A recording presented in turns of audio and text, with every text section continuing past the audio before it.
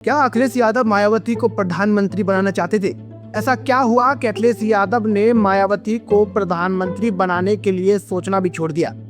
चलिए हम आपको बताते हैं। नमस्कार, मैं हूं आपके साथ मुकेश उपाध्याय।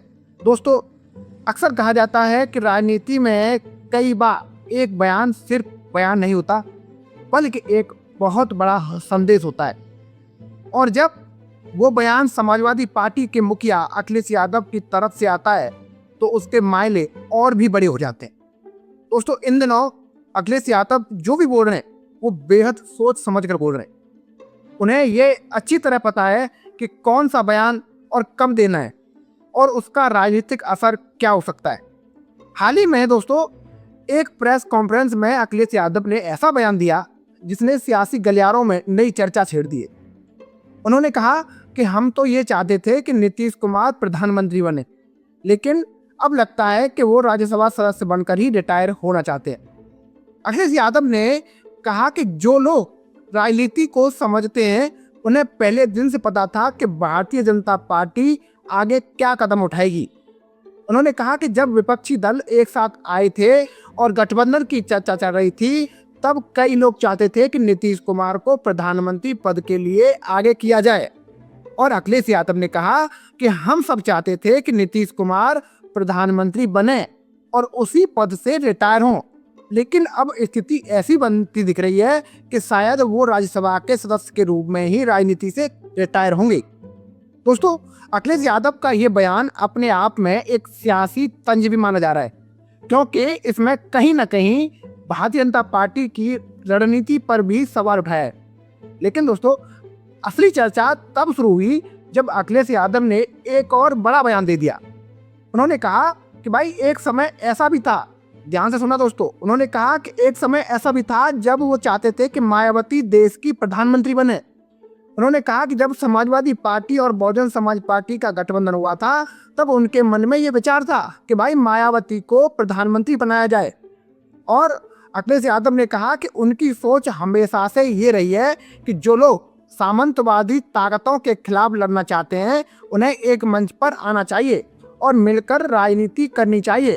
दोस्तों, अब अगर इस बयान को गहराई से समझा जाए तो ये सिर्फ पुरानी राजनीति का जिक्र नहीं है, बल्कि उसके पीछे एक बड़ा राजनीतिक संदेश छिपा हुआ है। दरअसल इन दिनों अखिलेश यादव लगातार अपने राजनीतिक समीकरण को मजबूत करने में जुटे हुए हैं और ये हम सब जानते हैं। और वो सिर्फ एक पार्टी के नेता के तौर पर नहीं, बल्कि एक रणनीतिक खिलाड़ी के रूप में राजनीति कर रहे हैं। और अखिलेश यादव जानते हैं कि उत्तर प्रदेश की राजनीति में अगर किसी पार्टी को मजबूत होना है तो उसे अलग अलग सामाजिक वर्गों को साथ लाना ही होगा। और यही वजह है कि इन दिनों उनका खास फोकस दलित और ब्राह्मण समाज पर दिखाई दे रहा है। अखिलेश यादव ने यह भी घोषणा की कि 15 मार्च को मान्यवर काशीराम की स्मृति में उत्तर प्रदेश के सभी जिलों में समाजवादी पार्टी कार्यक्रम आयोजित करेगी। और काशीराम बहुजन आंदोलन के सबसे बड़े नेताओं में गिने जाते हैं और दलित राजनीति में उनका एक बहुत बड़ा योगदान रहा है। ऐसे में उनकी राजनीति में कार्यक्रम करना भी एक तरह से दलित समाज को संदेश देने की रणनीति माना जा रहा है। इसके साथ ही दोस्तों, अखिलेश यादव इन दिनों ब्राह्मण समाज पर भी लगातार फोकस कर रहे हैं और पार्टी कार्यालय में धार्मिक कार्यक्रम हो रहे हैं। ब्राह्मणों द्वारा संक्रांत कराया जा रहा है और कई ब्राह्मण नेता समाजवादी पार्टी में अभी शामिल भी हो रहे हैं। इससे यह साफ संदेश मिलता है कि समाजवादी पार्टी अब अपने सामाजिक आधार को और व्यापक बनाने की पूरी कोशिश कर रही है। और अखिलेश यादव इन दिनों पीडीए फॉर्मूले पर भी लगातार बात कर रहे हैं। दोस्तों, पीडीए यानी पिछड़े दलित और अल्पसंख्यक। और 2024 के चुनाव परिणामों ने यह दिखाया कि फॉर्मूला काफी हद तक सफल भी रहा और मुस्लिम और यादव समाज पहले से ही समाजवादी पार्टी का मजबूत आधार माना जाता है।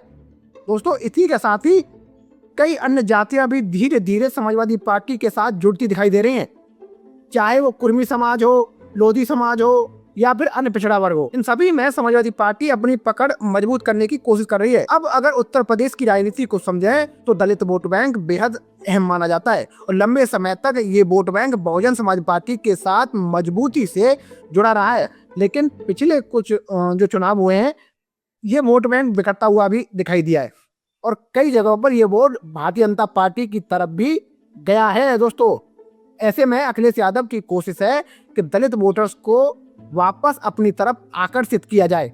और यही वजह है कि वो लगातार दलित समाज के पक्ष में बयान देते हैं और हर मौके पर मायावती का सम्मान करते हुए दिखाई देते हैं। अखिलेश यादव जानते हैं कि उत्तर प्रदेश में दलित समाज की सबसे बड़ी और सर्वमान्य नेता मायावती ही है और इसलिए ये संदेश देना चाहते हैं कि समाजवादी पार्टी मायावती और उनके आंदोलन का सम्मान करती है। उन्होंने पहले भी साफ कहा था कि समाजवादी पार्टी का कोई भी नेता मायावती के खिलाफ अपमानजनक टिप्पणी नहीं करेगा।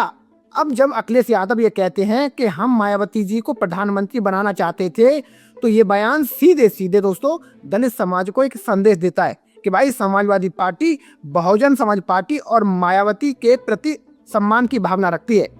अगर इन सभी बातों को जोड़कर देखा जाए तो दोस्तों एक तस्वीर साफ हो जाती है कि अखिलेश यादव की नजर अब 2027 के विधानसभा चुनाव पर टिकी हुई है। समाजवादी पार्टी का लक्ष्य साफ है कि 2027 में उत्तर प्रदेश की सत्ता हासिल की जाए, लेकिन इसके लिए सिर्फ एक या दो सामाजिक वर्गों का समर्थन काफी नहीं होगा। इसके लिए दलित, पिछड़ा, अल्पसंख्यक और ब्राह्मण सभी को साथ लाना ही होगा। और यही वजह है कि अखिलेश यादव धीरे धीरे लेकिन बहुत ही रणनीति तरीके से अपने राजनीतिक समीकरण तैयार करने में जुटे हैं। और कई राजनीतिक जानकार मानते हैं कि अखिलेश यादव अब पहले से ज्यादा परिपक्व नेता बन चुके हैं, उससे ज्यादा समझदार बन चुके हैं।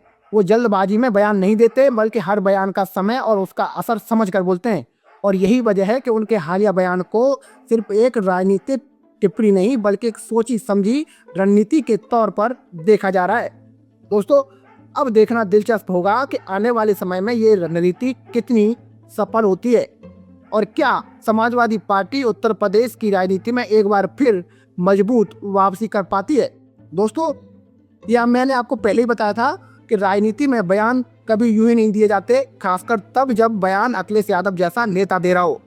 और मायावती को प्रधानमंत्री बनाने की बात कहना और नीतीश कुमार को लेकर तंज कसना ये सिर्फ शब्द नहीं है, बल्कि एक बड़ा सियासी संदेश है। और इसके जरिए अखिलेश यादव ये दिखाना चाहते हैं कि वो उन सभी ताकतों को साथ लाना चाहते हैं जो सामाजिक न्याय और समानता की राजनीति की बात करती है। वही मायावती का सम्मान करके वो दलित समाज को ये संदेश दे रहे हैं कि समाजवादी पार्टी राजनीति में उनके लिए पूरा सम्मान रखती है। और आने वाले समय में उत्तर प्रदेश की राजनीति का सबसे बड़ा रण 2027 में देखने को मिलेगा और हर पार्टी अभी से अपनी रणनीति तैयार कर रही है। ऐसे में दोस्तों अखिलेश यादव के ये बयान आने वाले चुनावी समीकरणों की झलक भी दिखाते हैं। अब सवाल ये है, क्या ये रणनीति सच में दलित और ब्राह्मण वोटर्स को समाजवादी खेमे के करीब लाएगी या फिर राजनीति में कोई नया मोड़ देखने को मिलेगा? दोस्तों फिलहाल इतना तय है कि अखिलेश यादव के इस बयान ने सियासत में नई बहस छेड़ दी है। अब आप बताइए, क्या ये सिर्फ बयान है या 2027 की बड़ी रणनीति? अपनी राय कमेंट में जरूर बताइएगा। जय हिंद, जय भारत।